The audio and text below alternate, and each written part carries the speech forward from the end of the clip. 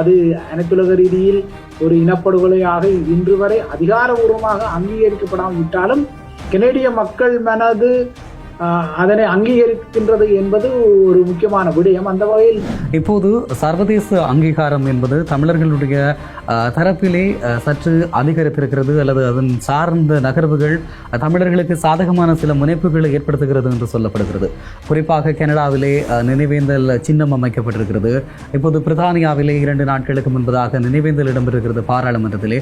இனப்படுகொலையை மேற்கொள்ளும் எந்த ஆதிக்க வெறி சக்திகளும் அவ்வாறாக தம்மால் மேற்கொள்ளப்பட்ட அந்த படுகொலைகளை ஏற்றுக்கொள்வதுமில்லை. இலங்கையை பொறுத்தவரை மிகப்பெரிய அதிர்வலைகளை சிங்கள சமூகத்தில் ஏற்படுத்தி இருக்கிறது. நாமல் ராஜபக்ச அது மிகவும் கவலைக்குரிய விடயம் என்று சொல்லியிருக்கிறார். அதே போல அலி சப்ரி அதற்கு எதிரான கண்டனங்களை வெளியிட்டிருக்கிறார். அதே போல சரத் வீரசேகர தொடர்பான கருத்துக்களை சொல்லியிருக்கிறார்கள். ஈழத்தமிழர்கள் முள்ளிவாய்க்காலில் சிந்திய உதிரம் ஸ்ரீலங்காவை பொறுத்தவரை தண்ணீரை போலுது. அவர்கள் தங்களது உதிரம் தான் தடிப்பானது. ஆகையால்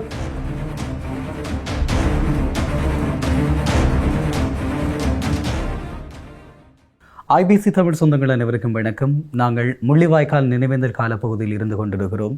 முள்ளிவாய்க்கால் நினைவேந்தல் தொடர்பாக உலகளாவிய ரீதியிலே பல்வேறு நகர்வுகளை புலம்பெயர்ந்து வாழக்கூடிய ஈழத்தமிழர் கட்டமைப்பும் அதே நேரத்திலே நிலத்தில் இருக்கக்கூடிய தமிழர்கள் சார்ந்து செயற்படக்கூடியவர்களும் செயற்பட்டுக் கொண்டிருக்கிறார்கள். இந்த வேளையிலே இந்த நிகழ்வுகள் தொடர்பாகவும் தொடர்ச்சியாக இது தொடர்பான பேசுபொருள் மாறிக்கொண்டிருக்கக்கூடிய சூழலில் இந்த விடயங்கள் தொடர்பாக விரிவாக கலந்து ஆலோசிப்பதற்காக ஐபிசி தமிழினுடைய பிரதம செய்தி ஆசிரியர் மூத்த ஊடகவியலாளர் சிவகுரு பிரேம் அவர்களை இணைத்துக் கொள்கிறோம். வணக்கம். வணக்கம் பிரியங்கர். வணக்கம் திரு சிவகுரு பிரேம் அவர்களே. குறிப்பாக நாங்கள் இப்போது முள்ளிவாய்க்கால் நினைவேந்தல் கால பகுதியில் இருக்கிறோம்.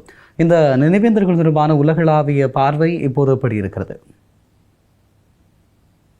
இது முள்ளிவாய்க்கால் நினைவேந்தல் என்பது அதாவது ஈழத்தமிழ் தேசியத்திற்கு மாத்திரம் இந்த நினைவேந்தல் நாட்கள் தனித்துவமான ஒரு சொத்து அல்ல. இது உலகளாவிய ரீதியில் இவ்வாறான கூட்டு நினைவுகள் வரலாற்றை நகர்த்தும் ஒரு உந்து சக்தியாக இருக்கின்றன.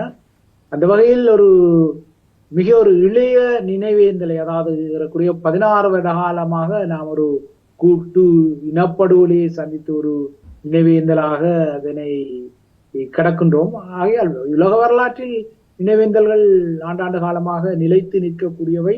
அவை பல வருடங்களாக பல நாடுகளில் இடம்பெறுகின்றன. ஆனால் இது ஒரு பொது வரலாற்று ஒரு நெருக்கடியான நிலையை அரசியல் ரீதியாகவும் ராஜதந்திர ரீதியாகவும் ஈழத்தமிழ் மக்கள் எதிர்நோக்கி வரும் நிலையில், அதாவது நல்லிணக்கம் குறித்த ஒரு மாயமானில் இந்த அனைத்துலகமும் இழுபட்டு செல்கின்ற ஒரு தோற்றப்பாடு உள்ள நிலையில் இது எங்களுக்கு இரட்டிப்பு சவாலான ஒரு நினைவேந்தல். ஆனால் இந்த இரட்டிப்பு சவால்களை எவ்வாறு நாங்கள் வெற்றி கொள்ளுகின்றோம் என்பதை இந்த சவால்களில் நாம் காட்டும் மன உறுதிதான் அதற்குரிய பதிலையும் வழங்கக்கூடும். நிச்சயமாக குறிப்பாக சொல்லிக்கொள்ள வேண்டுமாக இருந்தால் தமிழர் தேசிய போராட்டத்தினுடைய அடைவு என்பது ஒன்று சர்வதேச அங்கீகாரத்தினூடாக கிடைக்கப்பெறுவது, மற்றது தமிழர்களுடைய இருப்பு சார்ந்து அவர்கள் தங்களை தக்க வைத்துக் கொள்வதில் இருக்கிறது. இப்போது சர்வதேச அங்கீகாரம் என்பது தமிழர்களுடைய தரப்பிலே சற்று அதிகரித்திருக்கிறது அல்லது அதன் சார்ந்த நகர்வுகள் தமிழர்களுக்கு சாதகமான சில முனைப்புகளை ஏற்படுத்துகிறது என்று சொல்லப்படுகிறது. குறிப்பாக கனடாவிலே நினைவேந்தல் சின்னம் அமைக்கப்பட்டிருக்கிறது. இப்போது பிரித்தானியாவிலே 2 நாட்களுக்கு முன்பு நினைவேந்தல் இடம்பெறுகிறது பாராளுமன்றத்திலே. இது தொடர்பாக இந்த நகர்வுகள் தொடர்பாக நீங்கள் எப்படி அவதானிக்கிறீர்கள்? இல்லை, பிரித்தானிய நாடாளுமன்றம் போன்ற அரங்குகளில் இந்த நினைவேந்தல் கடந்த 16 வருடங்களாக நினைவு கூறப்பட்டுத்தான் வருகின்றது. ஆனால் நீங்கள் கூறியது போல கனடாவில் அது ஒரு மிக முக்கியமான ஒரு நகர்வாக எடுத்துக்கொள்ளலாம். ஏனென்றால் கனடாவில் வரலாற்றில் முதல் தடவையாக ஒரு பொது பூங்காவில் தமிழர்களுக்குரிய அந்த நினைவேந்தல் அது அனைத்துலக ரீதியில் ஒரு இனப்படுகொலையாக இன்று வரை அதிகாரபூர்வமாக அங்கீகரிக்கப்படாமல் விட்டாலும் கனேடிய மக்கள் மனது அதனை அங்கீகரிக்கின்றது என்பது ஒரு முக்கியமான விடயம். அந்த வகையில் ஸ்ரீலங்காவின் ராஜதந்திர அழுத்தங்களுக்கு மத்தியிலும் கனடாவில் அந்த சிங்கௌசி பொது பூங்காவில் அந்த உருக்கு, ஏனென்றால் இது ஒரு மிக முக்கியமான நினைவேந்தல், அதாவது ஒரு நகரசபையின் முன்னெடுப்பில் முன்னகர்த்தப்பட்ட ஒரு நினைவேந்தல். ஆகையால் இது ஓரளவு இந்த 2025ஆம் ஆண்டு 16ஆம் ஆண்டை கடக்கும் ஈழத்தமிழினத்திற்கு ஒரு ஒலிக்கீற்றை முக்கியமாக அனைத்துலக அரங்கில் இவ்வாறான இந்த இனப்படுகொலை சின்னங்கள் ஏற்படுத்தி இருப்பதை மறக்க முடியாது. ஆனால் இது வெறுமனவே இது போதுமானது அல்ல. என்றால் அது நீதி கோருவது என்பது மிக சவாலான ஒரு நீண்ட கால போராட்டம். ஆகையால் இவ்வாறான இதுகளில் நாம் தரித்து நிற்காமல் அல்லது ஓடும் ஆற்றை போல பிரவாகம் எடுத்து அந்த எமது இலக்கில் நகர வேண்டும். ஏனென்றால் இவ்வாறான இதில் மாத்திரம் நாம் மகிழ்ச்சி அடைந்து விட்டு, இல்லை என்றால் அது பெரும் துன்பம் என்றாலும் ஒரு திருப்தி அடைந்து விட்டு நிற்க முடியாது. தொடர்ந்தும் நாம் இதற்குரிய தடத்தில் பயணிக்க வேண்டிய ஒரு விடயம் இருக்கின்றது அல்லவா? நிச்சயமாக இந்த விவகாரத்திலே கனடாவிலே இந்த நினைவேந்தல் சின்னம் அமைக்கப்பட்டிருக்கக்கூடிய நிலையில் இலங்கையை பொறுத்தவரை மிகப்பெரிய அதிர்வலைகளை சிங்கள சமூகத்தில் ஏற்படுத்தி இருக்கிறது. நாமல் ராஜபக்ச அது மிகவும் கவலைக்குரிய விடயம் என்று சொல்லியிருக்கிறார். அதே போல அலி சப்ரி அதற்கு எதிரான கண்டனங்களை வெளியிட்டிருக்கிறார். அதே போல சரத் வீரசேகர தொடர்பான கருத்துக்களை சொல்லியிருக்கிறார்கள். இதை தாண்டி இலங்கையிலே நல்லிணக்க வலையை விரித்து ஆட்சியை பிடித்துக் கொண்டிருக்கக்கூடிய என்பிபி என்று சொல்லக்கூடிய அந்த அரசினுடைய வெளிவிவகார அமைச்சர் ஆதாரமற்ற குற்றச்சாட்டுகளின் அடிப்படையிலான செயல் இது என்று சொல்லி குறிப்பிட்டிருக்கிறார். இந்த விவகாரத்தை எப்படி பார்க்கிறீர்கள்? குறிப்பாக இலங்கையிலே இந்த 2009 ஆண்டு முள்ளிவாய்க்கால் கால பகுதியிலே 1.5 லட்சத்திற்கும் அதிகமான தமிழ் மக்கள் குத்துக்கொண்டுகளால் கொல்லப்பட்டமை ஒரு அடிப்படையற்ற குற்றச்சாட்டு என்று சொல்லி ஸ்ரீலங்காவினுடைய வெளிவிவகார அமைச்சர் கூறியிருக்கிறார். இதனை நீங்கள் எப்படி பார்க்கிறீர்கள்? இல்லை, இது உலகளாவிய ரீதியில் இவ்வாறான இந்த மறுப்புகள் வெளிவந்துதான் இருக்கின்றன. ஒருபோதும் இனப்படுகொலையை மேற்கொள்ளும் இந்த ஆதிக்க சக்திகள், இல்லை என்றால் ஒடுக்குமுறை சக்திகள் தமது தரப்பால் அவ்வாறாக மேற்கொள்ளப்பட்ட குரூரங்களை ஒருபோதும் வரலாற்றில் ஏற்றுக்கொள்வதில்லை. அது ஸ்ரீலங்கா அரசாங்கமாக இருந்தாலும் சரி, ஆர்மீனிய இனப்படுகொலை செய்த தற்போதைய துருக்கியாக இருந்தாலும் சரி, அது ஆர்மீனிய இனப்படுகொலை செய்தது அப்போதைய ஓட்டோமான் ராஜ்யமாக இருந்தாலும், அப்போதைய ஓட்டோமான் ராஜ்யத்தின் நீட்சியாகத்தான் இப்போது துருக்கி இருக்கிறது. துருக்கியை பாருங்கள், ஒருபோதும் ஆர்மேனிய இனப்படுகொலையை ஏற்றுக்கொள்ளவில்லை. அது முதலாம் உலக போர்க்காலத்தில் இடம்பெற்ற ஒரு சம்பவம், ஒரு சிறிய சம்பவம் என்பதாகத்தான் அது அடையாளப்படுத்துகின்றது. இது என்ன கூறுகின்றனால், இது ஸ்ரீலங்கா அரசாங்கம் மாத்திரமில்லை, இனப்படுகொலையை மேற்கொள்ளும் எந்த ஆதிக்க வெறி சக்திகளும் அவ்வாறாக தம்மால் மேற்கொள்ளப்பட்ட அந்த படுகொலைகளை ஏற்றுக்கொள்வதும் இல்லை. அதற்குரிய அங்கீகாரத்தை சீர்குலைக்கத்தான் செய்வார்கள். அந்த வகையில் ஈழத்தமிழினம் இவ்வாறான ஒரு சவாலை எதிர்கொள்கின்றது. அது கொழும்பு அதிகார மையம் மடியில் கிணம் இருப்பவர்தான் உடனடியாக அவ்வாறான எதிர்ப்புகளை வெளியிடுவார் அல்லவா? ஆகையால் கொழும்பு அதிகார மையத்தின் மடியில் பெரும் கந்தக நாசகாரத்துக்குரிய மடிக்கணம் இருக்கின்றது. ஆகையால் அவ்வாறான மடிக்கணத்தை கனடா போன்ற நாடுகளில் ஒரு அனைத்துலக ரீதியில் அங்கீகாரம் பெறும் வகையில் ஈழத்தமிழர்கள் உருவாக்கி விட்டார்களே என்கின்ற ஒரு சீற்றத்தின் அடிப்படையில் தான் ஸ்ரீலங்காவில் கட்சி பேதங்களுக்கு அப்பாற்பட்ட வகையில் இதற்குரிய எதிர்ப்பு குரல் வெளிவருகின்றது. இங்குதான் தமிழ் மக்கள் மிக முக்கியமான ஒரு விடயத்தை ஒன்றுபட வேண்டும். ஸ்ரீலங்காவின் அரசியல் கட்சிகள் என்னதான் இந்த உள்ளூராட்சி சபைகளை, இல்லைன்னா நாடாளுமன்ற ஆசனங்களை பிடிப்பதற்கு, இல்லை என்றால் வேறு சில அரசியல் ரீதியிலான அதிகாரத்தை தக்க வைப்பதற்கு தங்களுக்கு இடையில் அடிபட்டுக் கொள்வார்கள், அரசியல் ரீதியில் எதிரிகளாக பாவித்துக் கொள்வார்கள். ஆனால் ஈழத்தமிழினத்தின் அரசியல் உரித்து விடயத்தில், இல்லை என்றால் இவ்வாறான இனப்படுகொலைகளை மறுக்கும் விடயத்தில் அவர்கள் எல்லாருமே ஒன்றுபட்டு நின்று விடுவார்கள். இதனைத்தான் சொல்லுவது தண்ணீரை விட உதிரம் தடிப்பானது என்று. அந்த வகையில் ஈழத்தமிழர்கள் முள்ளிவாய்க்காலில் சிந்திய உதிரம் ஸ்ரீலங்காவை பொறுத்தவரை தண்ணீரை போலது. அவர்கள் தங்களது உதிரம் தான் தடிப்பானது. ஆகையால் அங்கு முள்ளிவாய்க்காலில் தமது இராணுவம் பெரும் தியாகத்தை செய்தது, தமிழ் மக்களை விடுதலையாக்கியது என்கின்ற அந்த பழைய பல்லவியை தொடர்ந்தும் சொல்லி, அந்த வகையில் ஈழத்தமிழினம் ஒரு இனப்படுகொலை சந்திக்கவில்லை, அவ்வாறாக இனப்படுகொலையை சந்தித்ததாக கனடா போன்ற நாடுகளில் நினைவு சின்னங்கள் நிறுவப்படுவது பெரும் அபத்தமான ஒரு விடயம் என்கின்றதை கூறுகிறது. ஆகையால் இது துருக்கி எவ்வாறு ஆர்மேனிய இனப்படுகொலையை அபத்தம் என இன்று வரை கூறினாலும், ஆர்மேனிய இனப்படுகொலை உலக அரங்கால் அங்கீகரிக்கப்பட்டு விட்ட ஒரு இனப்படுகொலை. பல நாடுகள், 40க்கும் மேற்பட்ட நாடுகள் ஆர்மேனிய இனப்படுகொலையை அங்கீகரிப்பதால் தான் துருக்கிக்கு அனைத்துலக ரீதியில் சவால்கள் இருக்கின்றன. அதனால் இதனை பற்றி இது குறித்து அலட்டிக் கொள்ளக்கூடாது. ஆனால் தமிழ் மக்கள், தமிழ் அரசியல் கட்சிகள் இவ்வாறான ஒரு ஒற்றுமை தமிழர்களின் விடயத்தில் தென்னிலங்கையில் இருக்கின்றது என்பதையாவது இனிமேலாவது ஒத்துக்கொண்டு அந்த ஏற்றுக்கொண்டு தங்களுக்கு இடையிலான அந்த குடிமிப்பிடிகளை விடுத்து இந்த ஒன்றுபட வேண்டிய ஒரு காலத்தின் கட்டாயத்தை கொழும்பு அதிகார மையமே அவர்களுக்கு இவ்வாறான இனப்படுகொலை மறுப்புகளின் மூலமே வெளிப்படுத்துகின்றது. சரி, எப்படி இருக்கக்கூடிய நேரத்திலே குறிப்பாக சஜித் பிரேமதாஸ் அவர்கள் பல்வேறு விதமாக நல்லிணக்க வார்த்தைகளை தொடர்ச்சியாக கூறி வருவதாக தன்னை அடையாளப்படுத்தக்கூடியவர். தனக்கு ஆட்சி வழங்கப்பட்டால் தமிழ் மக்களுடைய பிரச்சனைகளுக்கும் தீர்வு வழங்குவதற்கு தயாராக இருக்கிறார் என்ற மாதிரியான சில கருத்துக்களை அவரையும் அவர் சார்ந்த கட்சியினரும் சொல்லிக் கொண்டிருக்கிறார்கள். இந்த சூழலில் சஜித் பிரேமதாச பலஸ்தீனத்தில் இடம்பெறக்கூடிய இனப்படுகொலை என்று சொல்லியும் அதற்காக பலஸ்தீனர்களுக்காக எந்தவித நிபந்தனைகளுமின்றி ஸ்ரீலங்கா கட்சி பேதமின்றி எதிர்க்கட்சி ஆளுங்கட்சி என்ற பேதமின்றி முன்னிற்கும் என்று சொல்லியும் இந்த விவகாரத்திலே மிகப்பெரிய அழுத்தங்களை வழங்க வேண்டும், அந்த மக்களை காப்பாற்ற வேண்டும் என்றெல்லாம் ஒரு அறிக்கை விட்டிருக்கிறார். இதனை நீங்கள் எப்படி பார்க்கிறீர்கள்? அப்படியாக இருந்தால் ஈழத்தமிழர்களுடைய விவகாரத்திலும் சஜித் பிரேமதாசன் தனக்கு சந்தர்ப்பம் கிடைத்தால் தமிழர்களுக்கு சார்பான கருத்துக்களை கூறுவார் என்று நம்புகிறீர்களா? இதே அந்த இரக்க மனப்பான்மை அங்கு இருக்குமா? இது ஒரு ஜிமிக்ஸ். ஏனென்றால் அவர்களுக்கு அடுத்தவன் வீட்டில் உதிரம் சிந்தப்படுவது பெரிதாக தெரியும். அது அரசியல் காரணங்களுக்காக. ஏனென்றால் பலஸ்தீனம் என்னதான் ஒரு விடுதலை போராட்டத்தை நடத்துவதாக கூறிக்கொண்டாலும் பலஸ்தீன அதிகாரத்தை ஈழத்தமிழ் மக்களின் விடயத்தில் ஈழத்தமிழ் மக்களின் தம்மை போன்ற ஒரு ஒடுக்குமுறைக்குள்ளான இனம் போராடுகின்றது என்ற அடிப்படையில் பலஸ்தீனமும் ஈழத்தமிழ் மக்களுக்கு ஆதரவாக இப்போது இருந்ததில்லை. இதே போலதான் கியூபா உட்பட்ட பொது உடைமை நாடுகள் கூட இந்த இனப்படுகொலை விடயத்தில் அல்லது ஐநா மனித உரிமை பேரவை போன்ற அரங்குகளில் எப்போதுமே ஈழத்தமிழ் மக்களுக்கு எதிராகவும் ஸ்ரீலங்கா அரசாங்கத்துக்கு ஆதரவாகவும் தான் அந்த வாக்கு பிரயோகத்தை கூட செய்திருந்தன அந்த மனித உரிமை விடயத்தில். ஆகையால் சஜித் பிரேமதாசாவை பொறுத்தவரை பலஸ்தீனர்கள் சிந்தும் ரத்தம் மிக துன்பியளிக்கிறது. உண்மையில் ஈழத்தமிழ் மக்களை பொறுத்தவரை பலஸ்தீன மக்கள் காசா மக்களின் துயரம் அவர்களால் புரிந்து கொள்ளப்படுவது என்னென்னால் அவ்வாறான துயரங்கள் எங்களுக்கு புதிதல்ல. ஆகையால் பலஸ்தீனர்கள் சந்திக்கும் கொடூரங்கள் குறித்து ஈழத்தமிழினத்துக்கு யாரும் பாடம் எடுக்க தேவையில்லை ஏனென்றால் அவ்வாறான கொடூரங்களை அவர்களும் தமது முற்றங்களில் அனுபவித்தார்கள். ஆனால் சஜித் பிரேமதாசா போன்ற அரசியல் தலைவர்கள், ஏன் மஹிந்த ராஜபக்சே, நீங்கள் சஜித் பிரேமதாசா எடுக்கிறீர்கள், மஹிந்த ராஜபக்ச கூட எப்போதுமே பலஸ்தீன ஆதரவாளராகத்தான் தன்னை காட்டிக் கொள்வார். ஆனால் ஈழத்தமிழர் மக்களின் விடயம் என்று வந்தால் மாத்திரம் அதனை பயங்கரவாதமாக என்றுவார். தானே சொல்லுவார்கள், இந்த நகைச்சுவையா கூறுவார்கள், எனக்கு வந்தால் ரத்தம் அடுத்தவனுக்கு வந்தால் தக்காளி சட்னி என்று.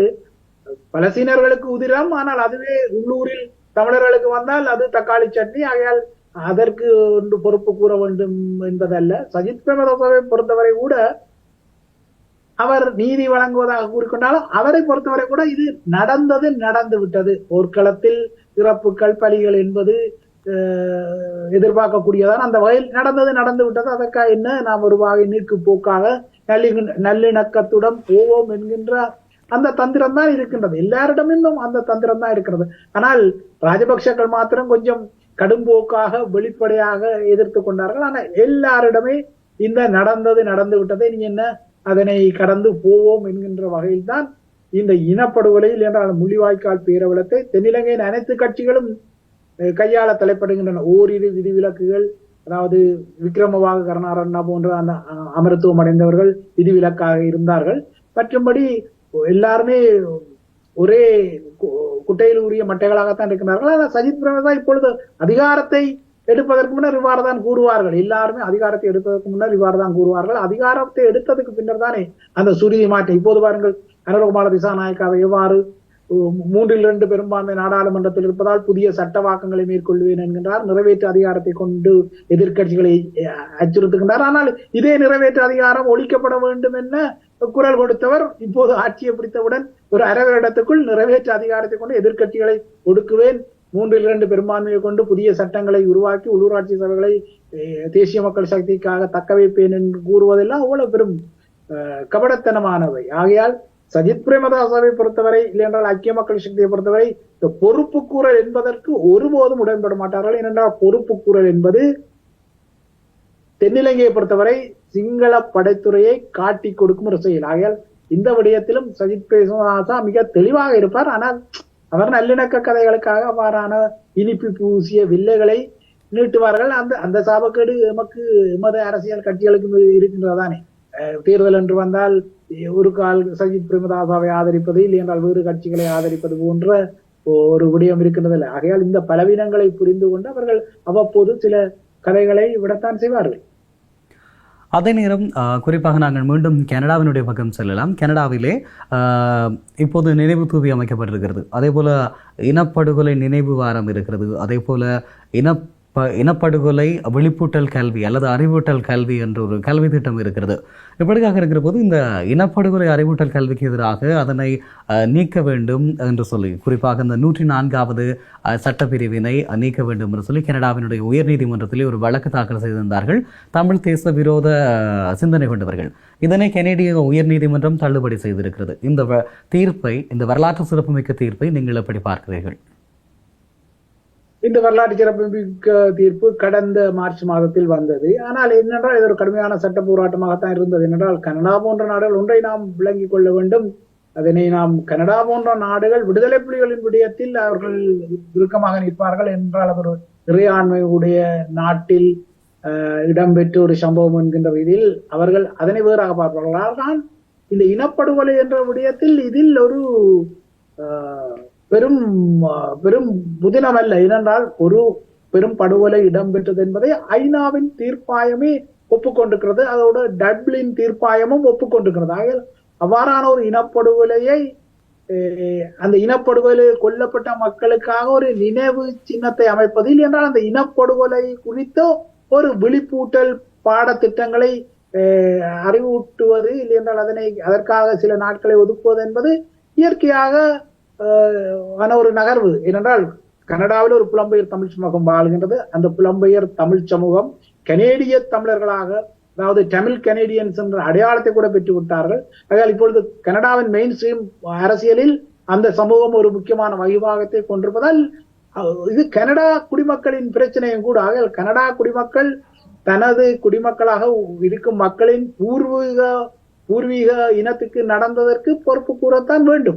அந்த வகையில் தான் இந்த நாடாளுமன்றத்தில் இது ஏகமனதாக எல்லா கட்சிகளுமே இதனை ஏற்றுக்கொண்டன. ஆனால் ஸ்ரீலங்காவுக்கு என்னவென்றால் தாம் நினைப்பது இந்த கால ஓட்டத்தில் இவ்வாறான தமிழ் மக்கள் மீதான இந்த படுகொலைகளை தமிழ் மக்கள் மறக்க வேண்டும் என்கின்ற ஒரு திட்டத்தில் இருக்கும்போது கனடா போன்ற நாடுகளில் இது ஒரு விழிப்பூட்டல் வாரமாக, இல்லையென்றால் இளையோரின் கல்வியுடன் சம்பந்தப்பட்ட போது ஸ்ரீலங்கா அரசாங்கத்துக்கு தெரியும் இந்த இனப்படுகொலை தாம் நினைத்தாலும் இதனை அனைத்துலக அரங்கில் இருந்து எடுக்க முடியாது. அது அடுத்த சந்ததிகளுக்காக தமிழர்கள் கடத்தத்தான் போகின்றார்கள். அதற்கு ஆன வகையில் கனடா போன்ற நாடுகளில் இருக்கின்றது என்று இப்போதும் பார்த்தீங்கன்னா நான் ஏற்கனவே சொன்ன ஆர்மேனிய படுகொலை எடுத்து பாருங்கள். ஆர்மேனிய படுகொலை இடம்பெற்ற போது இருந்தவர்கள் யாருமே இன்று இல்லை. அந்த சந்ததி, அதுவும் எத்தனையோ தலைமுறை தாண்டிய சந்தை தான் இன்று ஆர்மேனிய இனப்படுகொலை நாளில் தமது இனத்தின் மீதான இனப்படுகொலைக்கு அனைத்துலக அரங்கிலும் சரி அந்த நாளில் நீதி கோருகிறது.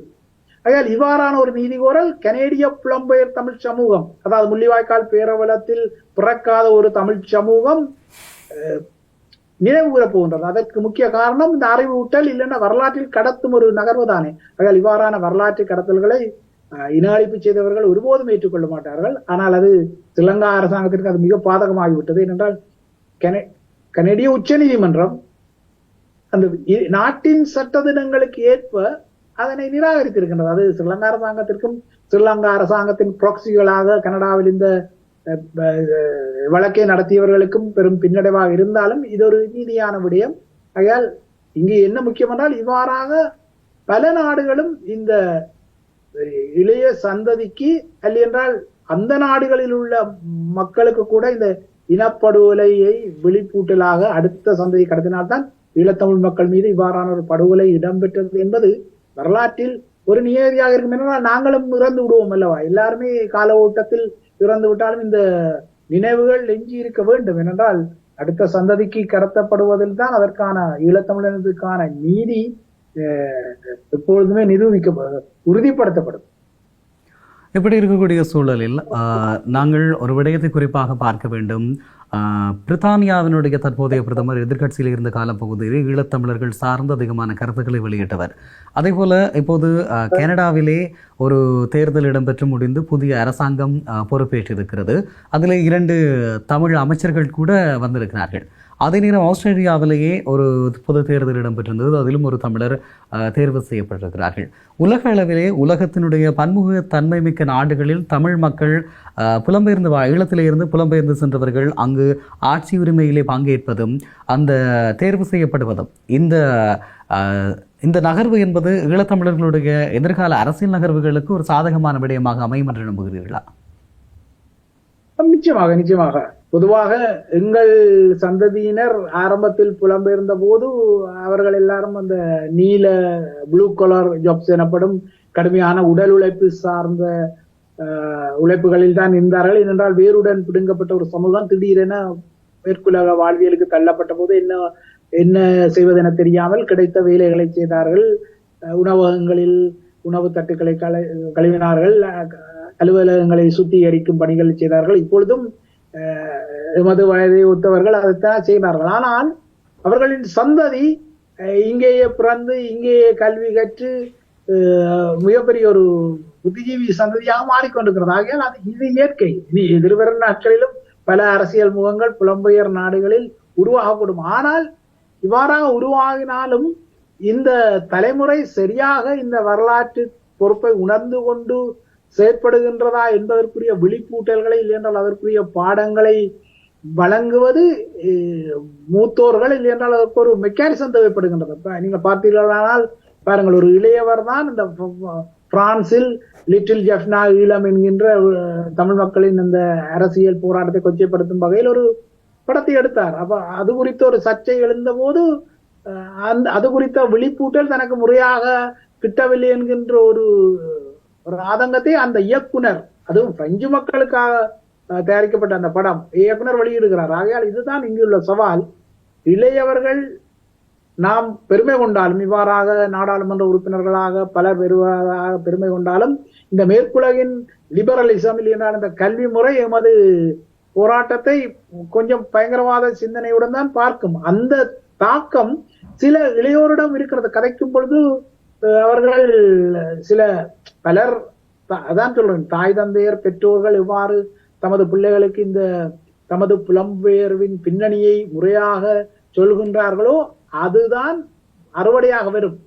அதாவது எதை நீங்கள் விதைக்கின்றீர்களோ அதுதான் அறுவடையாக வரும், அதுதான் அந்த செடியாக வரும். ஆகையால் இதனை இந்த இளைய சந்ததிக்கு பெற்றோர்கள் மிக துல்லியமாக விளங்கப்படுத்த வேண்டும். இலங்கையிலே நடந்தது என்று இல்லையென்றால் அவர்கள் இந்த லிபரலிசம் என்கின்ற அடிப்படையில் இந்த நாடுகளின் கல்வி முறையை கொண்டு சுலபமாகவே இது தமிழர்கள் ஒரு பயங்கரவாத இயக்கத்தை கொண்டிருந்தார்கள் என்கின்ற வகையில் சிலர் போகலாம். அவ்வாறு அதற்கு சாத்தியங்கள் உள்ளன. பெரும்பான்மை வகிவாகம் தமிழர்களின் தியாகத்தையும் அவர்களின் அந்த அரசியல் போராட்டத்தையும் உணர்ந்திருக்கின்றதாக நீங்கள் கேட்ட அந்த கேள்விக்குரிய பதில் இது சாதகமான விடயம்தான்.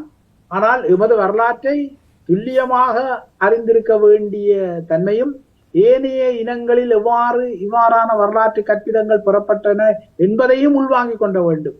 என்றால் மேற்குலக நாடுகளில் இப்பொழுது பிரான்ஸ், ஜெர்மனி போன்ற நாடுகளில் பிரித்தானியா, கனடா, ஆஸ்திரேலியா என்றால் பிரச்சனையிலே பொதுநலவாய நாடுகள் எம்மை ஒரு காலத்தில் குடியேற்ற நாடுகளாக ஆட்சி செய்த நாடுகள் என்ற உடையால் அந்த நாடுகளின் வரலாறு எங்களுக்கு ஓரளவு தெரியும். ஆனால் அந்த பிரான்ஸ் போன்ற நாடுகள், ஜெர்மனி போன்ற நாடுகளின் வரலாற்றை இங்குள்ள பெற்றோர்கள் முறையாக அறிந்து கொள்ளாததால் அந்த பிள்ளைகளுக்கு அவர்கள் அங்குள்ள அந்த வரலாற்றின் கற்பிதத்தின்படிதான் எந்த கண்ணாடியால் நாங்கள் பார்க்கின்றோமோ அதுதான் வெளியே உள்ள பொருட்கள் தெரியுமில்ல.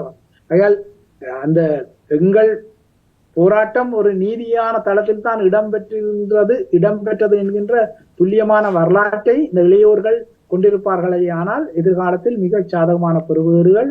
இது ஒரு பெரும் சவால், ஸ்ரீலங்கா அரசாங்கத்திற்கு பெரும் சவாலுக்குரிய நிலைமையை காலங்கடந்தும் கடத்தி கொண்டே செல்லும். நிச்சயமாக நீங்கள் குறிப்பிட்டிருந்தீர்கள் இளையோர்களினுடைய செயற்பாடுகள் தொடர்பாக.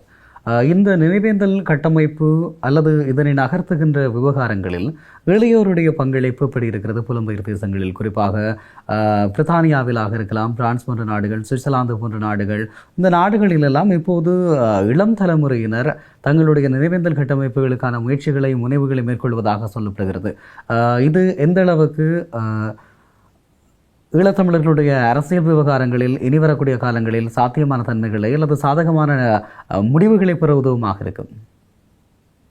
நிச்சயமாக இதற்குரிய கட்டமைப்பை இங்குள்ள தமிழ் அமைப்புகள் ஏற்கனவே பல வருடங்களுக்கு முன்னர் போட்ட அடித்தளம் இப்பொழுதும் இளையோர்களை இந்த தளத்தில் ஒருங்கிணைக்க வைக்கின்றது. அதில் மாற்று கருத்துக்கு இடமில்லை. நீங்கள் கூறியது போல பல நாடுகளில் இப்பொழுதெல்லாம் இளையோர் தான் இந்த நிகழ்வுகளில் பங்கெடுப்பதை காணக்கூடியதாக இருக்கின்றது. அது ஒரு வகையில்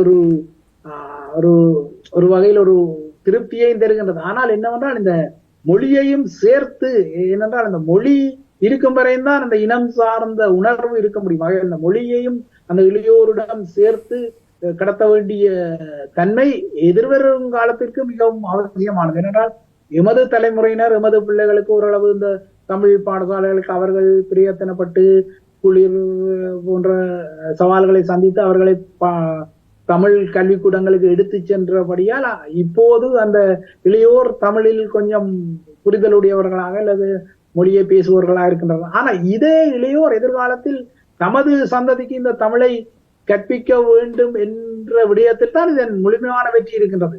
அதில் ஒரு சவால் நிலை இருந்தால் எமது இருப்பு ஒரு காலத்தில் மொரிசியஸ் மக்கள் போல, இங்கு நீங்கள் மொரிசியஸ் மக்களை பார்த்தீர்கள் என்றால் பெயரெல்லாம் ராமசாமி கந்தசாமி போல இருக்கும். ஆனால் தமிழோட நீங்கள் உரையாடினால் அவர் மெலங்க விழிப்பார். ஏனென்றால் அவருக்கு தமிழ் தெரியாது. ஆனால் தமிழ் அடையாளம், நிறம் தமிழ் அடையாளம் எல்லாம் இருந்தாலும் ஏனென்றால் அவ்வாறுதான் அவர்கள் கவலைப்பட்டார்கள். அப்பொழுது கேட்டால் அவர்கள் இவ்வாறு தங்களுக்கு ஒரு கட்டமைப்பு இல்லை. ஆகையால் இப்பொழுது ஈழத்தமிழர்கள் அந்த விடயத்தில் சுதாகரித்திருக்கின்றார்கள். தமது சந்ததிக்கு புலம்பெயர் நாடுகளில் தமிழை கடத்துகின்றார்கள் என்பதில் மொரிசியஸ் தமிழர்களே எமது சந்ததியை பார்த்து ஆதங்கப்பட்டுக் கொள்கின்றார்கள், திருப்தி கொள்கின்றார்கள். ஆகையால் எதிர்காலத்தில் இந்த இன மொழியை கடத்தும் விடயத்தின் வெற்றிதான் எமது ஈழத்தமிழினத்தின் இந்த இலங்கை தீவின் இருப்பையும் வெற்றியாக்கும். நான் நினைக்கிறேன் ஓரளவு இப்போதைக்கு சாதகமாக இருக்கின்றதா. ஆனால் எதிர்வரும் காலத்திலும் இந்த சாதக நிலை கட்டாயமாக தொடர வேண்டும். நீங்கள் கூறியது போல இப்போதைக்கு புலம்பெயர் நாட்டில் இவ்வாறான கூட்டு நினைவேந்த நிகழ்வுகளாகட்டும், இல்லையென்றால் நீதி கூறும் நகர்வுகளாகட்டும், இல்லையென்றால் மனிதாபிமான பிரச்சனைகளாக இருக்கட்டும், ஈழத்தமிழர்களின் இளைய தலைமுறை தமக்குரிய பங்களிப்பை செய்வதை ஏற்றுக்கொள்ளத்தான் வேண்டும்.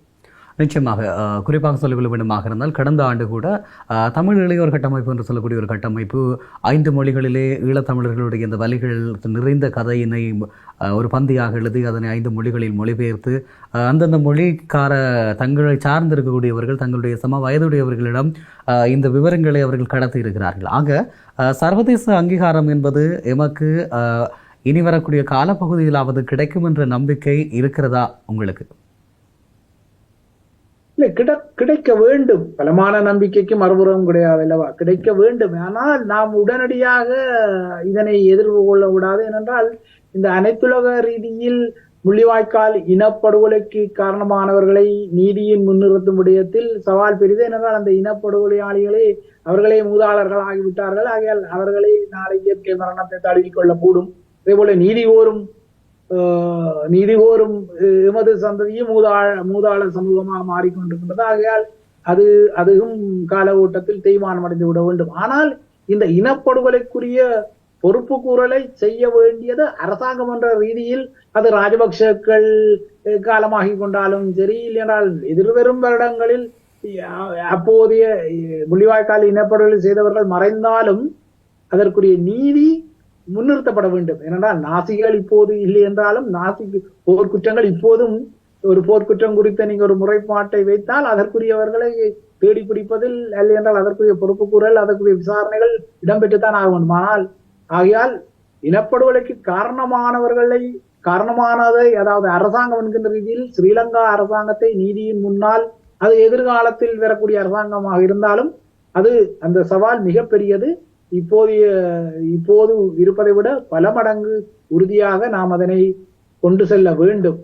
ஏனென்றால் இப்பொழுது பாருங்கள், நாம் முள்ளிவாய்க்கால் பேரவலம் இடம்பெற்ற அடுத்த இடம் 2010ஆம் ஆண்டு ஏதோ நீதி அண்மித்து விட்டதாக எல்லாம் நினைத்திருந்தோம்.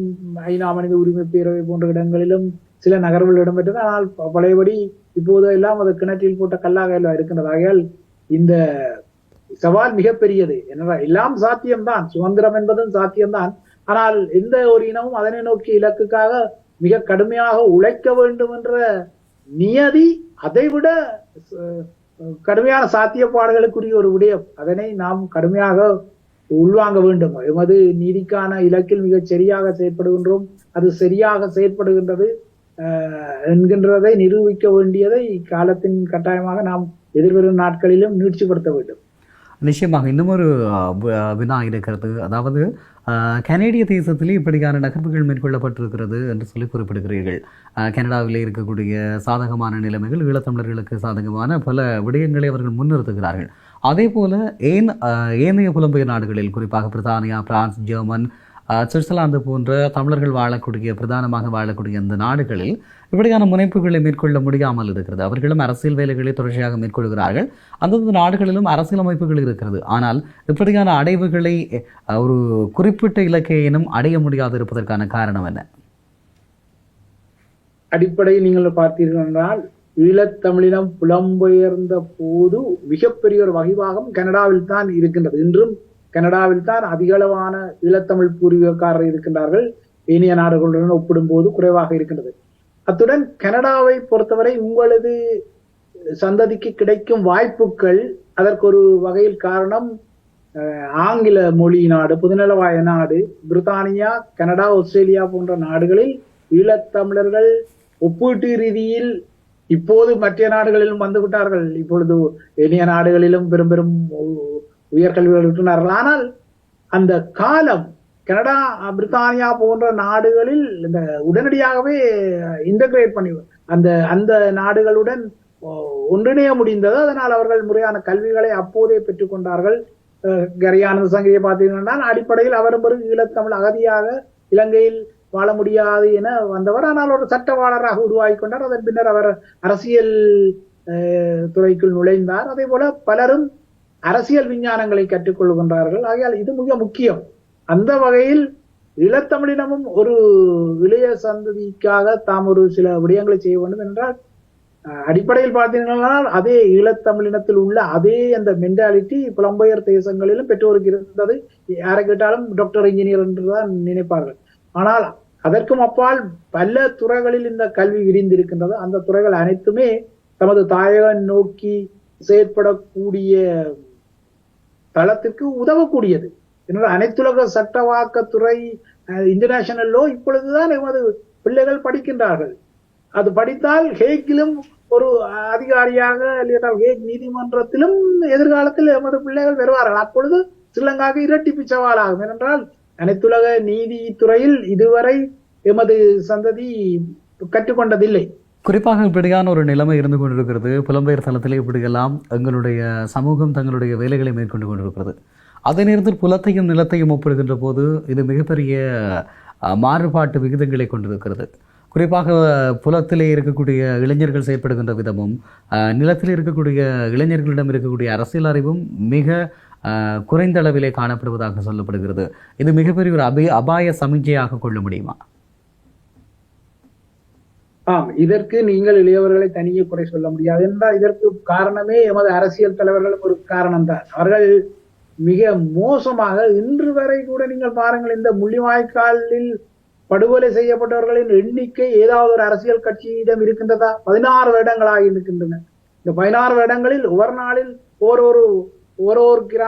ஒரு குடும்பங்களை சந்தித்திருந்தாலும் கூட எப்போதே இந்த மொத்தமான தொகை வந்திருக்கும். இல்லை, அவர்களிடம் இந்த தரவுகள் கூட இல்லை.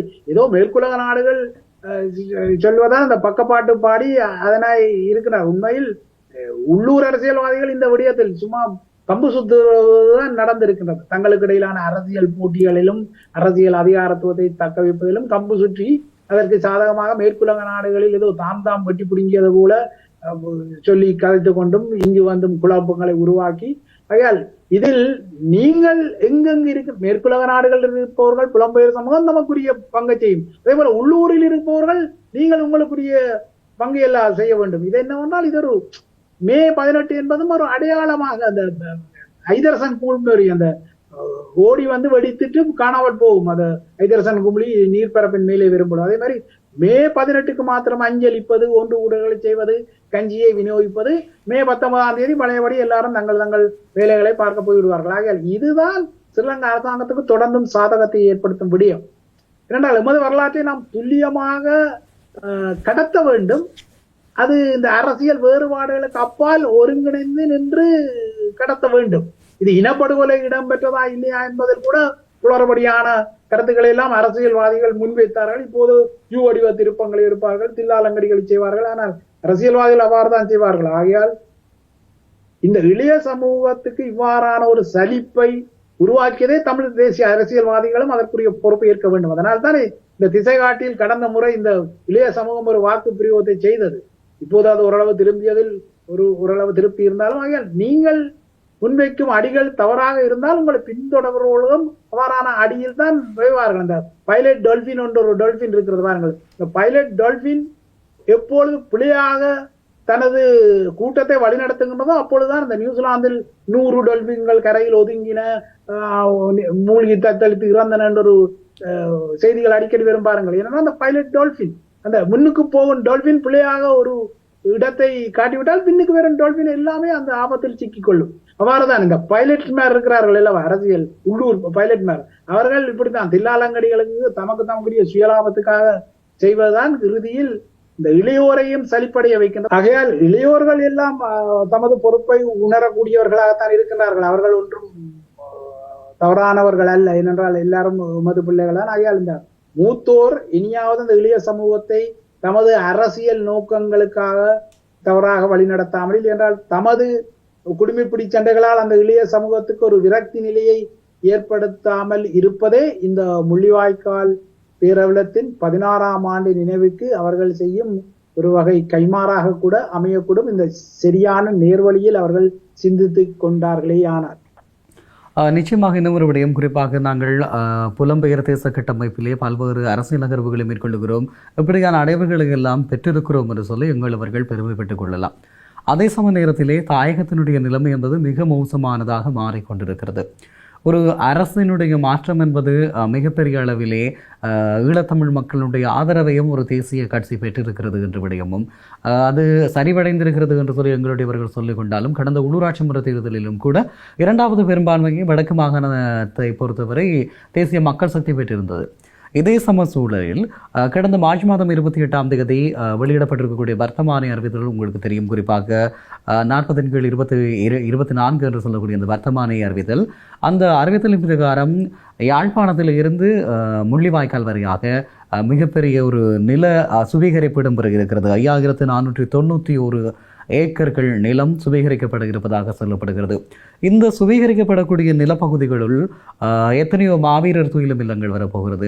ஏன் நாங்கள் இப்போது பொது நினைவேந்தலை மேற்கொண்டு கொண்டிருக்கக்கூடிய முள்ளிவாய்க்கால் நினைவேந்தல் மற்றும் கூட அதற்குள் வரக்கூடிய வாய்ப்புகள் இருப்பதாக சொல்லப்படுகிறது. அப்படியாக இருந்தால் எங்களுடைய மிகப்பெரிய ஒரு நிலப்பகுதி அங்கு சுவீகரிக்கப்படுகிறது. இதற்கான காரணம் அரசிடம் இல்லை, ஏன் நீங்கள் இதை சுவீகரிக்கிறீர்கள் என்று சொல்லி நாடாளுமன்ற உறுப்பினர் ஸ்ரீதரன் கேட்ட கேள்விக்கு ஒரு வார கால அவகாசம் கேட்டிருக்கிறார் சபை முதல்வர். ஆக அவர்களிடம் திட்டம் இல்லை, ஆனால் சுவீகரிப்பதற்கு முடிவெடுத்திருக்கிறார்கள். இது மிகப்பெரிய ஒரு ஆபத்தான சமீட்சையை ஈழத்திலே வாழக்கூடிய தமிழ் மக்களுடைய இருப்பிலே ஏற்படுத்தப் போகிறது என்பதனை ஏற்றுக்கொள்கிறீர்களா? நிச்சயமாக அந்த ஒரு பழமொழி இருக்கின்றது அல்லவா, அண்ணன் உண்ணாதெல்லாம் அன்னிக்கு லாபம் என்று. ஏனென்றால் ஸ்ரீலங்கா அரசாங்கத்திற்கு மிக தெளிவாக ஒன்று தெரிகின்றது. ஏனென்றால் அதுதான் அண்மையில் அந்த குடிசன மதிப்பீட்டையும் எடுத்தது. ஆகையால் எமது தமிழர் தாயக பகுதிகளில் குடிப்பரம்பல் வீழ்ச்சி உற்று வருகின்றது. அதனை அவர்கள் தெளிவாக புரிந்து கொண்டிருக்கின்றார்கள். இந்த நீங்க பார்த்தீங்கன்னா நுட்பமாக பாருங்கள், இந்த குடிசன பரம்பல் கணக்கு எடுக்கப்பட்ட பின்னர் தான் இவ்வாறான வர்த்தமானிகள் எல்லாம் முளைக்கின்றன. ஆகையால் அவர்களுக்கு உள்ளூர தெரிகின்றது, இந்த காணிகளில் இருப்பவர்கள் இப்பொழுது அவர்கள் சிதறடிக்கப்பட்டு விட்டார்கள். பலர் புலம்பெயர் நாடுகளில் இருக்கின்றார்கள். அவர்கள் இனிமேல் இதனை உரிமை கோரப் போவதில்லை. ஆகையால் அது இறையாண்மை உள்ள அரசாங்கம் என்கின்ற அடிப்படையில் தேசத்தின் காணிகள் எல்லாம் அவர்கள் எடுக்கக்கூடிய அளவில் அந்த வர்த்தமானியை பிரயோகிக்கின்றார்கள். அது மிக சவாலான ஒரு விடயம். ஏனென்றால் அரசாங்கம் தனக்கு இறையாண்மை இருக்கின்றது, ஸ்டேட்டஸ் கோ இருக்கின்றது என கூறுகின்றார்கள். ஏனென்றால் நாம் தமிழர் தாயகம் என்கின்ற அந்த வரவிலக்கணத்தை இன்னும் அனைத்துலக ரீதியில் நாம் உறுதிப்படுத்தவில்லை. ஆகையால் அரசாங்கம் தமக்கு தரிசு நிலங்களாக இருப்பவற்றை தாம் எடுக்கின்றோம் என்கின்ற ரீதியில் தமிழர் தாயகத்தை கபலீகரம் செய்து நீங்கள் கூறியது போல பல ஏக்கர் காணிகளை சுவீகரிக்க வருகின்றது. ஏனென்றால் இது எதிர்பார்க்கக்கூடியது. அதாவது நீங்கள் கட்டமைக்கப்பட்ட ஒரு இன அழிப்பில் ஒரு அரசாங்கம் ஈடுபடுகின்றது என்றால் தினசரி அந்த அரசாங்கம் தனது மூளையை பிசைந்து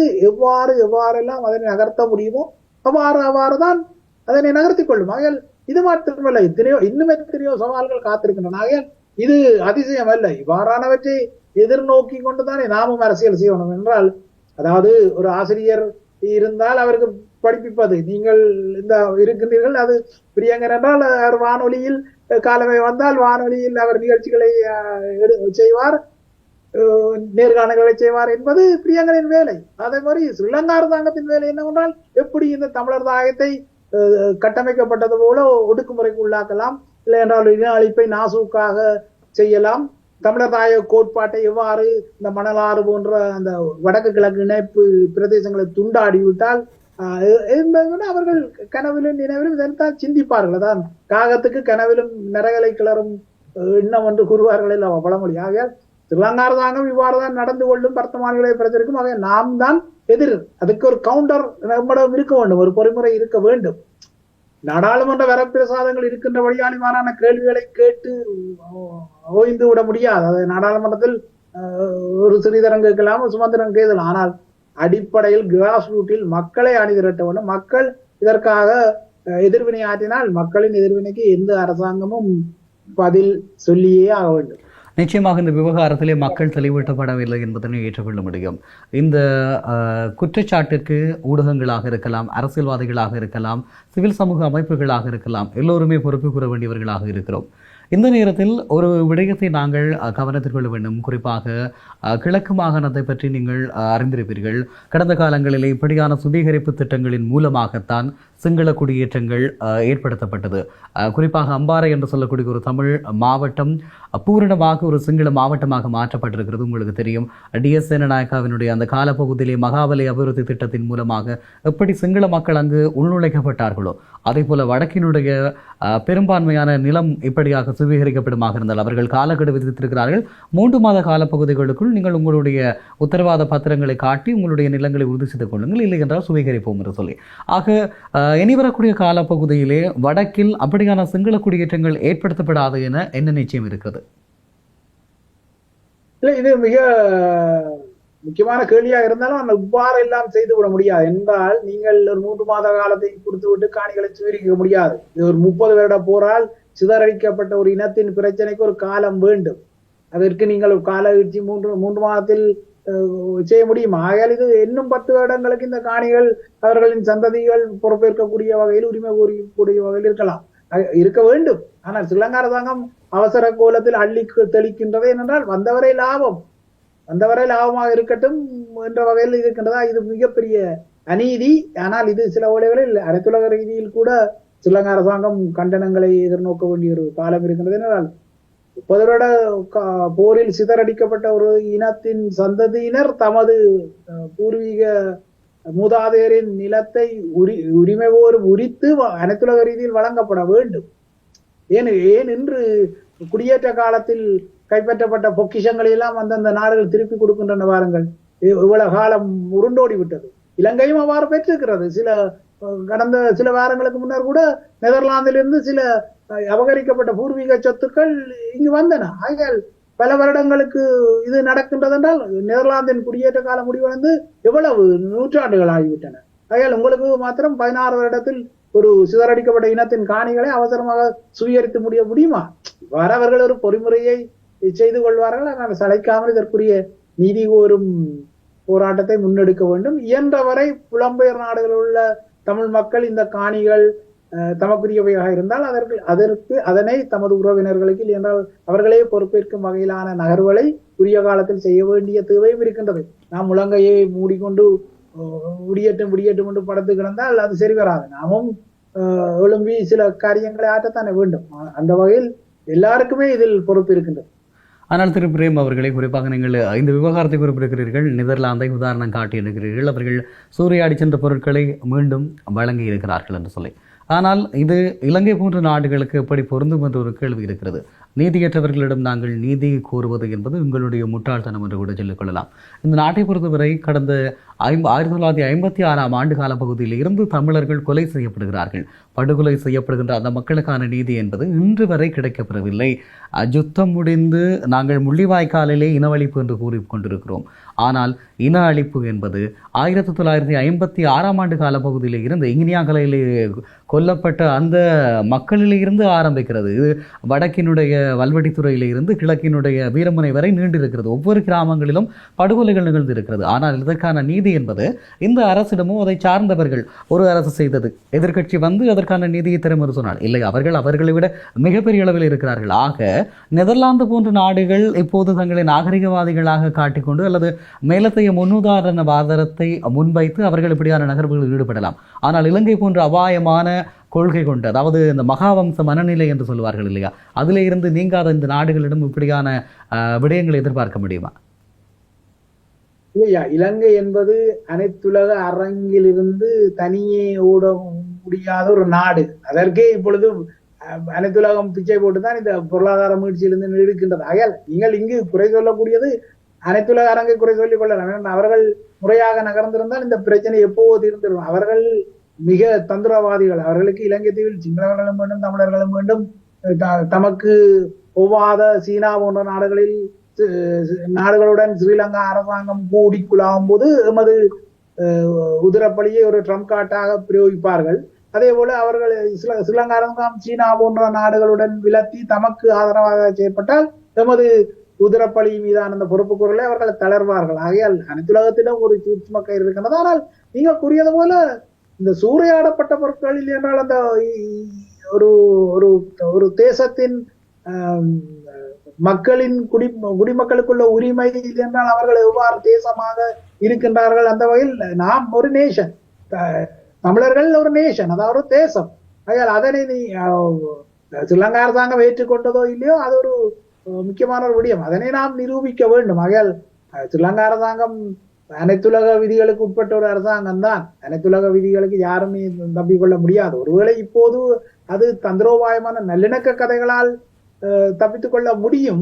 ஆனால் எப்பொழுதுமே ஒரு கெளுத்தி மீன் இந்த நாரை கெளுத்தி மீனை விழுங்கிய போன்றுதான் எங்களது ஈழத்தமிழர்களின் பிரச்சனை தீர்க்கப்படும் வரை ஸ்ரீலங்காவின் அதிகார தொண்டைக்குள் ஈழத்தமிழர்களின் பிரச்சனை ஒரு கெளுத்தி மீனாக துடித்துக் கொண்டுதான் இருக்கும். இதனை அவர்களும் உணர்கின்றார்கள். ஆனால் இப்போது எம்மிடம் கையறு நிலை இருக்கின்றது அல்லவா, அது அவர்களுக்கு ஒரு சாதகமாக இருக்கின்றது. ஆனால் அனைத்துலக ஒழுங்கில் இருந்து, அதாவது ஒரு அனைத்துலக நீதியிலிருந்து யாருமே தப்பிக்கொள்ள முடியாது. அவ்வாறாய் இன்று பல இனப்படுகொலைகளுக்கு நீதி வழங்கப்பட்டிருக்காது அல்லவா. ஆனால் அவ்வாறாக நீதி வழங்கப்படும் போது அனைத்துலகம் ஒரு அளவுகோலை வைத்திருக்கின்றது. அந்த அளவுகோலுக்குள் எம்மை உள்ளடக்கவில்லை என்பது கசப்பான யதார்த்தம். அதனை நாம் மறுக்கவில்லை. ஆனால் அதற்காக நாம் தளர்ந்து விட முடியாது. ஸ்ரீலங்கா அரசாங்கம் அவ்வாறு கடம்போக்கான அரசாங்கமாகத்தான் இருக்கும். அதற்காக அதனை அப்படியே விட்டு வைக்க முடியுமா? ஆகையால் அடிக்கு மேல அடியெடுத்தால்தான் அம்மியின் நகரம். ஆகையால் கடும்போக்கான அரசாங்கம் பல இனப்படுகொலைகளை செய்தது இல்லையென்றால் பல ஒடுக்குமுறைகளை செய்த அரசாங்கமாக இருந்தாலும் அதற்குரிய எதிர்வினையை அந்த ஒடுக்குமுறைக்கு உள்ளாக்கப்பட்ட இனம் ஆண்டாண்டு காலமாக வழங்குவதே உலக நியதி. நீங்கெல்லாம் சற்று முன்னர் காசா பிரச்சனை சொன்னார். காசா பிரச்சனை பாருங்கள், எவ்வளவு அரபு நாடுகள் சுற்றவர இருக்கின்றன. ஆனால் அவர்களால் இன்று வரை அந்த மக்களுக்கு ஒரு நீதியை வழங்கிக் கொள்ள முடியவில்லையே. ஒரு தம்மாத்துண்டு இஸ்ரேல் எவ்வாறு இருக்கின்றது? என்னன்னா இஸ்ரேலின் அனைத்துலக வலையமைப்பு அவ்வாறு இருக்கின்றது. அதற்கு காரணம் யூதர்கள் அனைத்துலக அரங்கில் எதிர்நோக்கிய மிகப்பெரிய இனப்படுகொலை ஒடுக்குமுறை. அதனால் அவர்கள் அந்த சிம்பதி அவர்கள் மீது இருப்பதால் இப்போது அவர்கள் அதே ஒடுக்குமுறையை பலஸ்தீன மக்கள் மீது செய்து அந்த சிம்பதியினால் அமெரிக்கா உட்பட்ட நாடுகளால் காப்பாற்றப்படுகின்றார்கள் இல்லையா. ஆகையால் இவ்வாறான சூட்சுமங்களும் இருக்கின்றன. ஆனால் எல்லா சூட்சுமங்களையும் உங்களது மனத்திடமும் தமிழ் இனத்தின் அந்த ஓர்மமும் நிச்சயமாக வெற்றி கொள்ளக்கூடிய சாத்தியக்கூறுகள் உண்டு. சரி, இறுதியாக ஒரு கேள்வி. குறிப்பாக எங்களுடைய விவகாரத்தில் இந்தியா தொடர்ச்சியாக ஒரு நழுவல் போக்கை கையாண்டு வருகிறது. குறிப்பாக ஈழத்தமிழர்கள் நம்பியிருந்த இந்தியா ஈழத்தமிழர்களை ஏமாற்றிவிட்டது என்ற ஆதங்கம் ஒவ்வொரு ஈழத்தமிழர்களுடைய மனங்களிலும் இருந்து கொண்டிருக்கிறது. ஈழத்தமிழர்கள் விவகாரத்தில் இந்தியா மிக மோசமாக நடந்து கொண்டது என்ற குற்றச்சாட்டை இன்று வரை நாங்கள் முன்வைத்துக் கொண்டிருக்கிறோம். அதே நேரத்தில் இந்தியா ஸ்ரீலங்காவோடு மிக நெருங்கி ஒரு நட்பை பாராட்டி வருகிறது. தொடர்ச்சியான ஒப்பந்தங்கள், உடன்படிக்கைகள் அல்லது பரிமாறல்களினூடாக மிக பாரிய ஒரு பாரம்பரியமான உறவு தங்களிடம் இருப்பதாக சொல்லிக் கொள்கிறார்கள். குறிப்பாக ஸ்ரீலங்காவினுடைய சிங்கள மக்களுக்கு இந்தியாவுடனான உறவில் விருப்பம் இல்லை. அதே நேரத்தில் இந்தியாவிலே இருக்கக்கூடிய தமிழ்நாட்டு மக்களுக்கு ஸ்ரீலங்காவுடனான உறவும் விருப்பமில்லை. இப்படி இருக்கக்கூடிய சூழலிலும் இரண்டு நாட்டினுடைய ராஜதந்திரிகளும் மிக நெருக்கமான உறவை வெளிப்படுத்தி இருந்தார்கள். இப்போது இந்தியாவுக்கும் பாகிஸ்தானுக்கும் இடையே ஒரு முருகல் நிலை உருவான போது ஸ்ரீலங்காவினுடைய நிலைப்பாடு என்ன என்று வருகிற போது ஒரு நடுநிலைமை போக்கை அவர்கள் கையாண்டார்கள். குறிப்பாக இந்த காலப்பகுதியிலே ஸ்ரீலங்காவுக்கு இந்தியா மிகப்பெரிய உதவிகளை வழங்கியது. சீனாவும் வழங்கியது என்றாலும் சீனாவோடு ஒப்பிடுகின்ற அதை விட அதிக அளவிலே உதவிகளை இந்தியா வழங்கியிருந்தது. ஆனால் இந்தியாவுக்கு ஆதரவான தங்களுடைய நிலைப்பாட்டை அவர்கள் அறிவிக்கவில்லை என்கிற போது இந்தியாவினுடைய ராஜதந்திர கொள்கையில் மாற்றங்கள் ஏதாவது நிகழும், தமிழர்களுக்கு சாதகமான நிலைமையை அதை ஏற்படுத்தும் என்று நம்புகிறீர்களா? இல்லை, இந்தியாவை பொறுத்தவரை இலங்கை தீவை எப்போது எவ்வாறு கையாள்வது என்பது தெரியும். இந்தியா ஒரு பெரிய நாடு, ஸ்ரீலங்கா உண்மையில் பெரும் வலிமையான நாடு இல்லை. நீங்கள் கூறியது போல இந்த பொருளாதார அதல பாதாளத்தில் கூட இந்தியா இல்லாவிட்டால் இந்த ஸ்ரீலங்காவின் கதை வேறு எங்கோ இருக்கும். என்னதான் அனைத்துலக நாட்டு நிதியம் அதனை பிணை எடுத்தாலும் இந்தியா தான் முதலில் அந்த உண்மையான பிணை எடுப்பை செய்திருந்தால் ஸ்ரீலங்கா அரசாங்கத்திற்கு தெரியும். இந்தியா மீதான சிங்கள மக்களை நீங்கள் ஏற்கனவே கூறியது போல அந்த மகாவம்ச மனநிலை மீதான வெறுப்பு அந்த சேரசோழ பாண்டியர் காலத்தில் இருந்து அந்த அவர்களின் அந்த இலங்கை மீதான படையெடுப்புகளின் பின்னால் வலிந்து ஊதி பெருப்பிக்கப்பட்ட ஒரு ஒரு ஒரு அடிமனது காழ்ப்பு அது அவ்வப்போதுதான் வெளிப்பட்டுக்கின்றது. அதே போல ஏற்கனவே இந்தியாவுக்கும் பாகிஸ்தானுக்கும் இடையிலான 70ஆம் ஆண்டு போரிலே ஸ்ரீலங்கா அரசாங்கம் பாகிஸ்தானை தான் ஆதரித்ததாக இந்தியாவுக்கு அதெல்லாம் தெரியும். ஆனால் இப்போது இந்தியா அன்றைய இந்தியா அல்ல. அதே போல தமிழ் மக்களும் இந்தியாவை எவ்வாறு கையாள்வது என்பதில் ஒரு ஒரு ஒரு புதிய ஒரு வழியையும் கையாளலையும் கொண்டு கொண்டு. ஏன்னா இந்தியாவை பொறுத்தவரை அது இலங்கை தீவில் உள்ள 2 இனங்களும் தேவை என்ற அடிப்படையில் மிக ஒரு ஒரு கேம், ஒரு ஆட்டத்தை தான் செய்யும். அது தொடர்ந்து பாதைகளை வடக்கிலும் போடும், அதே போல தெற்கு மக்களுக்கும் கொடுக்கும், பௌத்த விகாரங்களுக்கும் சூரிய ஒளிக்கலங்களை கொடுக்கும். ஆகையால் இந்தியா கிளவராகத்தான் கையாண்டு வருகின்றது. ஆனால் அடிப்படை ரீதியில் தென்கோடி தமிழகத்துக்கும் ஈழத்தமிழ் மக்களுக்கும் இடையிலான தொப்புள் கொறி உறவு என்பது இந்தியாவுக்கு எப்போதுமே ஒரு உபரியான ஒரு மிக முக்கியமான விடயம். ஆகையால் இந்தியா இலங்கையை கையாள்வது என்பது இருகருக்கு பட்டயம் போன்றது. ஒன்று ஈழத்தமிழர்களின் விடயம் இருக்கின்றது. ஆனால் இந்தியாவின் இது என்பது ஆரம்பத்தில் இந்திரா காந்தி ஈழத்தமிழ் போராளிகளுக்கு முகாம்களை அமைத்தார். அது ஜே.ஆர். ஜெயவர்தனாவை கையாளும் வகையிலான ஒரு யுக்தி. அதான் சொன்னேன், ஈழத்தமிழ் மக்களின் உதிரத்தை முன்வைத்து, இல்லையென்றால் அவர்களின் அரசியல் உரிமையை முன்வைத்து மேற்குலகமாகட்டும் இந்தியாவாக இருக்கட்டும் எப்பொழுதும் ஒரு ட்ரம்ப் கார்டு துருப்புச்சீட்டாகத்தான் பயன்படுத்திக் கொள்ளும். இதே ஸ்ரீலங்கா கொழும்பு நாளையே சீனாவுக்கு தனது நிலப்பரப்பில் ஒரு முகாமை அமைப்பதற்கு அனுமதித்தால் இந்தியாவின் விடுதலை போராட்ட ஆதரவு இன்னும் அதிகரிக்கும் இல்லையா? சதுரங்க ஆட்டத்தின் காய்கள் தானே. ஆகையால் இந்தியாவை கையாளுவது என்பது இப்போதும் தமிழ் மக்களுக்கும் ஒரு அவசியமான ஒரு விடயம். நிச்சயமாக சிவகுரு பிரேம் அவர்களை, குறிப்பாக உங்களுடைய மிகுந்த வேலைகளுக்கு மத்தியிலும் இன்றைய நாளில் உங்களுடைய கருத்துக்களை எங்களோடு பகிர்ந்து கொண்டமைக்காக நன்றி. நன்றி பிரியங்கா.